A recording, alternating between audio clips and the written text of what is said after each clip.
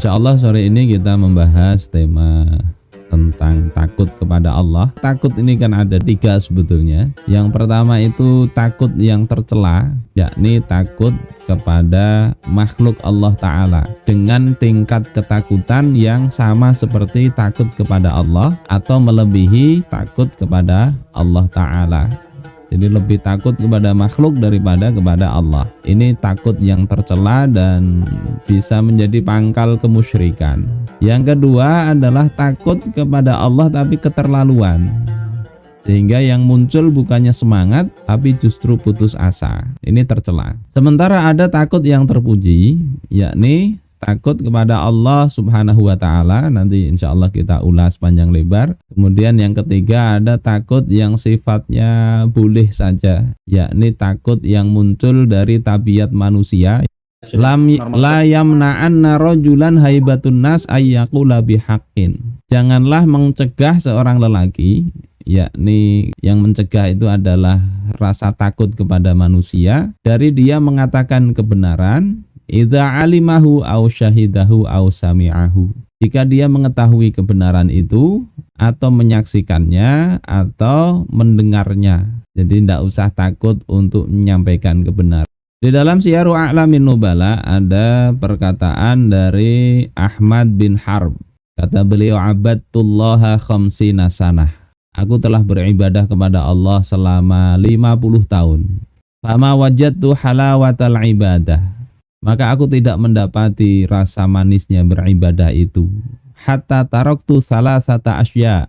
Hingga aku meninggalkan 3 perkara. Taraktu ridhan nas hatta qadirtu an atakallama bil haqq. Aku meninggalkan mencari keridhaan manusia. Hingga kemudian dengan itu aku mampu untuk berbicara yang benar.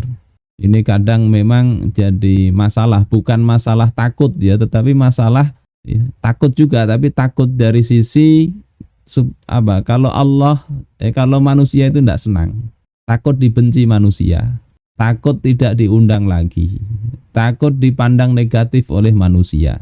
Akhirnya yang dia tahu ini benar, dia mendengar yang benar, dia tidak mau nyampaikan, dikhawatirkan tadi orang tidak senang. Wa taraktu suhbatal fasiqin hatta wajadtu suhbatas sholihin. Aku meninggalkan persahabatan dengan orang-orang fasik hingga aku mendapati sahabat-sahabat orang solih. Karena kalau berteman itu ya jadinya mirip temannya. Ya, almar'u ala dini khalilih. Seseorang itu berada pada teman-teman dekatnya, agamanya itu, perilakunya akan seperti itu. Falyanzur ahadukum may yukhalilu. Maka hendaklah ya kalian itu memperhatikan dengan siapa dia berteman dekat. Jadi ini menjadi salah satu sebab Allah berikan manisnya rasa ibadah. Jadi kalau teman-temannya ini tidak karu-karuan ya gimana bisa merasakan itu? Wa taraktu halawatad dunya hatta wajadtu halawatal akhirah. Dan aku meninggalkan manisnya dunia hingga aku mendapati manisnya akhirat. Ini kata beliau di dalam Syiaru A'lamin Nubala. Jadi rasa takut dengan berbagai macam derivasinya, kalau itu kepada makhluk, hendaknya kita minimalisir. Kita minimalisir karena tabiat manusia ada takut pastilah.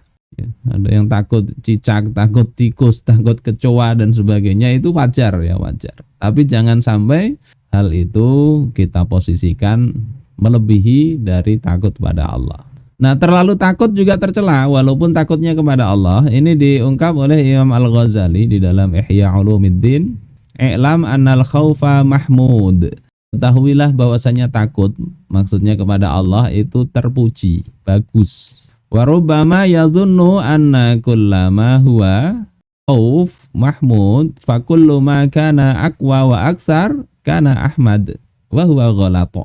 Dan kadang-kadang orang menduga atau berprasangka bahwasanya setiap yang itu terpuji ya, takut itu terpuji, maka kalau bertambah takutnya bertambah kuat, maka itu lebih terpuji lagi. Dan ini adalah keliru kata beliau. Takut kepada Allah dengan sangat takut itu terpuji iya, Tetapi kalau berlebihan, yang kemudian level berlebihannya itu seperti apa ya, jadi putus asa, maka itu jadi justru tercela. Tidak mungkin lah Allah itu mengampuni, atau sudah terlanjur ini susah sekali Allah berikan ampunan, takut sekali akhirnya dia ya tidak berani, bukan mencambuk dia untuk mendekat kepada Allah, bukan. Kemudian kata Imam Al-Ghazali, bal al-khawfu sautullahi yasuqu bihi ibadahu ilal muwadhabah alal ilmi wal amal. Akan tetapi takut itu mestinya dia adalah cambuk dari Allah. Untuk apa?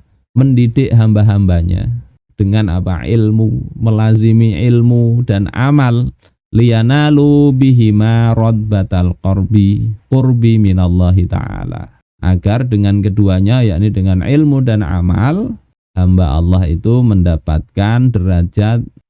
Takut yang terpuji ini adalah al-khaufu minallahi fi sirri wal alaniyah. Takut kepada Allah dalam kondisi sembunyi-sembunyi, rahasia, maupun alaniyah, maupun terang-terangan. Jadi ada orang atau Ya. Oke. Kita lanjut. Kok putus-putus mic-nya ini? Nah, musannif katakan al-khaufu minallahi fi sirri wal alaniyah fardun. Takut kepada Allah di dalam kondisi rahasia maupun terang-terangan itu adalah sebuah kewajiban. Wa dalilu dzalika alkitab was sunnah. Dalil tentang wajibnya ini adalah Alkitab dan As-Sunnah. Adapun dari kitab, maka Allah Subhanahu wa taala berfirman di dalam surah Al-Baqarah ayat 40, "Innamal mu'minuna alladzina idza dzukirallahu wajilat qulubuhum." Sesungguhnya orang-orang beriman itu jika disebut nama Allah maka gemetar hatinya. Bisa karena takut, bisa karena cinta kalau ini ya. Walladzina yaswiluna ma amarallahu bihi ayyusala wa yakhshawna rabbahum wa yakhafuna su'al hisab. Dan orang-orang yang mereka menghubungkan apa yang Allah perintahkan untuk dihubungkan, yakni menghubungkan silaturahim. Dan mereka takut kepada Tuhan mereka dan takut dengan su'al hisab, perhitungan yang buruk. Ini orang-orang yang dipuji oleh Allah Subhanahu wa taala di dalam Al-Qur'an, dan ini hukumnya fardu tadi. Kemudian banyak riwayat dikutip oleh musannif.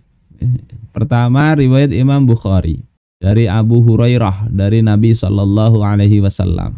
Ini hadis yang sudah kita bahas di pertemuan sebelumnya tentang 7 golongan yang Allah akan berikan naungan pada hari kiamat saat tidak ada naungan kecuali naungan dari Allah Ta'ala. Salah satunya di sini adalah warajulun da'athu imra'ah dzatu mansibin wa jamalin. Dan seorang lelaki yang dia diajak ya, diseru, dipanggil, digoda oleh seorang wanita yang punya kedudukan yang baik di masyarakat. Wa jamalin, punya kecantikan, wanita terhormat, wanita baik-baik dan cantik, ngajak berlaku serong. Maka dia katakan, inni akhafullah, aku takut kepada Allah. Maka di sini termasuk orang yang Allah berikan naungan, artinya Allah selamatkan insyaallah. Ini yang pertama. Kemudian yang berikutnya ada asar dari Adi bin Hatim radhiyallahu an, bahwasanya Rasulullah sallallahu alaihi wasallam bersabda, "Ma minkum min ahadin illa sayukallimuhullah." Tidak ada dari kalian seorang pun kecuali Allah akan berbicara kepadanya. Laisa bainallahi wa bainahu turjuman. Tidak ada antara dia dan Allah penterjemahnya. Tapi tidak perlu khawatir ya. Allah Subhanahu wa taala faham dengan bahasa apa saja.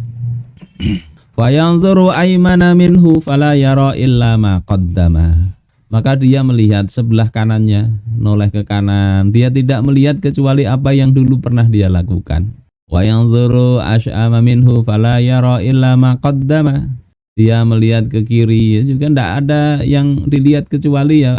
Terputus lagi, Ustaz. Kemudian dia melihat di depan, tidak melihat dia kecuali ini annar, api neraka. Tilqa wajhi, yang dia akan membakar mukanya. Fattaqun nar, fattaqun nar, maka takutlah kepada neraka. Ittaqun nar, takutlah kepada neraka. Maknanya adalah ij'alu bainakum wa bainaha wiqayah. Jadikan antara engkau dengan neraka itu ada perisainya, pelindungnya. Walau bisyiqqi tamrotin, meskipun dengan sedekah ya setengah biji kurma. Jadi minas sedekah wa amalil birri walau bisyai'in yasir. Maknanya sedekah walaupun sedikit ya. Dengan kalau tidak dapat dengan kalimat yang baik. Ini bentuk apa? Penjagaan diri dari api neraka. Maka di sini kita disuruh takutlah, jaga diri kalian dari neraka walaupun dengan sebelah biji kurma. Saudara-saudaraku sekalian yang dimuliakan Allah Subhanahu wa taala, dari Abi Hurairah radhiyallahu taala anna Rasulullah sallallahu alaihi wasallam qaal ya'raku an-nasu yaumal qiyamah. Pada hari kiamat manusia itu akan berkeringat hatta yadhhaba arakuhum fil ard, hingga keringatnya itu akan jatuh di bumi itu akan menggenang sab'ina zira'an, sejauh 70 hasta. Wa yuljimuhum hatta yablugha adhanahum, dan akan menenggelamkan mereka sampai batas telinga mereka. Jadi dalam riwayat yang lain ini terkait dengan amal-amal mereka, karena matahari pada hari kiamat didekatkan ya, kemudian orang ya keringetan. Terputus lagi Ustaz. Ini tidak tahu kenapa ini. Ini tergantung dengan amal, sekali lagi tergantung dengan amal. Jadi hadis ini bukan semuanya berenang begitu, enggak. Kalau amalnya buruk ya seburuk itulah, setinggi keringat mereka. Kalau amalnya baik sebagaimana di dalam hadis sebelumnya ini tadi, mana tadi? Nah ini ada 7 golongan, dia tidak akan berkeringat begitu. Karena kemudian yang berikutnya ini ada riwayat dari hadis riwayat Imam Muslim ya. Ma min sahibin min sahibi zahabin, tidak ada seorang pemilik emas wala fiddatin, dan pemilik perak, la yu'addi minha haqqaha, yang dia tidak mengeluarkan kewajibannya, maksudnya zakatnya, illa idza kana yaumul qiyamah, kecuali nanti pada hari kiamat, sufihat lahu safaihu min narin, akan dia dibikinkan setrikaan ya, dari api neraka. Fa uhmiya 'alaiha fi nari jahannam, maka kemudian dipanaskan di neraka jahanam. Fayuqwa biha jambuhu wa jabinuhu wa dhahruhu, kemudian digosokkan kepada punggungnya, perutnya, dahinya ya. Kullama baradat u'idat lahu fi u'idat. Ini di yaumul mahsyar. Jadi belum dihisab itu sudah begitu. Makanya hati-hati yang belum bayar zakat, ya, punya harta banyak, dikiranya nyaman. Hitung itu zakatnya berapa. Kalau tidak, nanti hartanya bikin setrikaan, digosokkan. Fi yaumin kana miqdaruhu khamsina alfasanah, dalam satu hari yang kadarnya itu adalah 50.000 tahun. Ta'rujul malaikatu warruhu fi yaumin kana miqdaruhu khamsina alfasanah. Al-Ma'arij. Tetapi ini adalah bagi para pendosa ya. Kalau bagi orang mukmin, kadar yang panjang ini di dalam riwayat Imam Al-Hakim itu adalah kaqadri ma bainal zuhri wal asr. Bagi seorang mukmin nih, yang 50.000 tahun sehari itu jadi seperti antara sholat zuhur dan asar. Jadi tidak terlalu panjang insyaallah. Kadarnya begitu. Jadi kalau bagi orang narapidana, tahanan mungkin sebulan bisa rasa setahun. Tapi bagi orang pengantin baru ya, mungkin 1 bulan itu ya berlalu begitu cepat ya, seperti itu. Hatta yuqda bainal ibadi, hingga kemudian diputuskan perkara antara hamba. Fayara sabilahu, dia kemudian melihat jalannya. Imma ilal jannah wa imma ilan nar. Bisa jadi dia masuk surga, bisa jadi masuk neraka. Jadi ada persekotnya dulu itu sebelum diselesaikan urusan perhitungannya. Orang tidak bayar zakat nih sudah dikasih dulu.